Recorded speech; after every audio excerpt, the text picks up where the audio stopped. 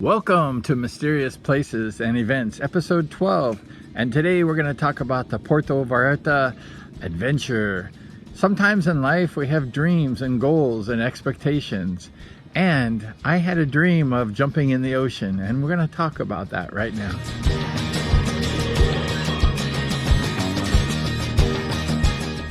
A few episodes ago, I talked about the Yokohama, Hawaii shark adventure. Before that happened, I had a dream of being in the ocean alone. I always dreamed of being in the ocean alone, jumping off a boat and just seeing what it's like to just be alone in the ocean. And that was one of my adventures that I had, and I'll tell you more about that. Just finished a long, lengthy custody battle for my children, and I won that one. And we decided to take a family trip with my sisters and my mom to Puerto Vallarta, Mexico for just a few days and celebrate.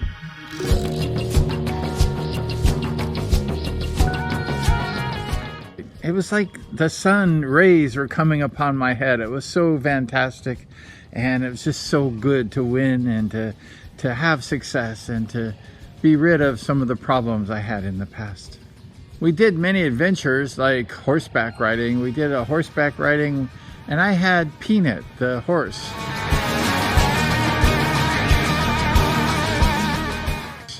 And Peanut was very slow, and I kept kicking Peanut faster, faster, and Peanut would go slower, slower.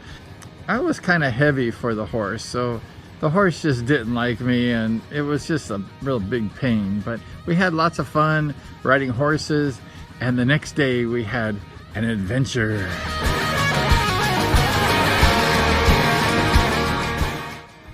The following day, my sisters, Debbie and Karen, and we went on an all-day party boat. It was like a catamaran. It took you 1 or 2 hours away to some kind of island or some kind of place, and they had all these activities like jet skiing, parasailing from the beach.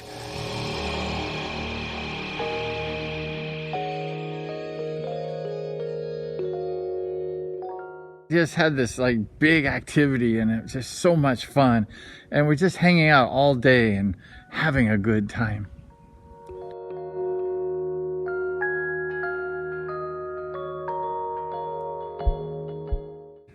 The day finally got over, and then it was time to leave, and I got on the boat, the catamaran, and I look at the beach, and my towel was parked at the beach. And I said, "Hey, we can't leave. I have to get my towel." So the captain was mad, and so he said, "Okay, go get your towel." So I got my towel. Took 20 minutes, 30 minutes. So we were late already leaving. We finally took off to go back to the port. It was like a 1 or 2 hour ride back again.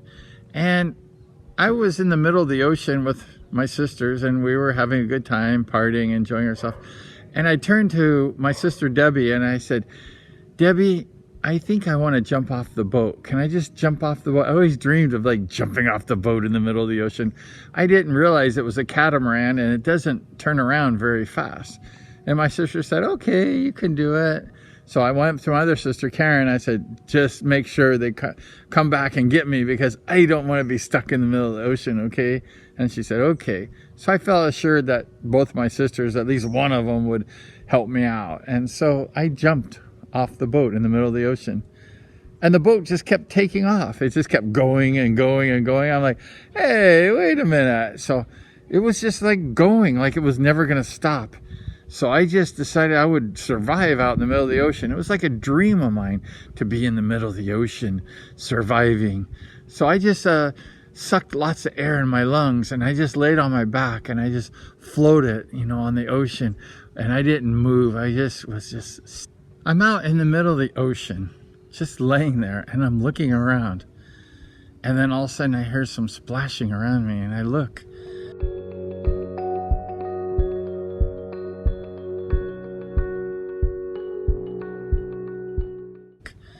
And there's a shark fin going around me.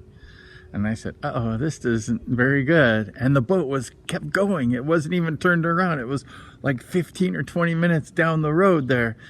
And then I look and I see another fin around me, and I'm like, "Brian, I learned in life that you just have to stay still. You cannot get excited. Even though my heart was like racing, I just stayed still, and I was like praying to God that those things wouldn't bite me.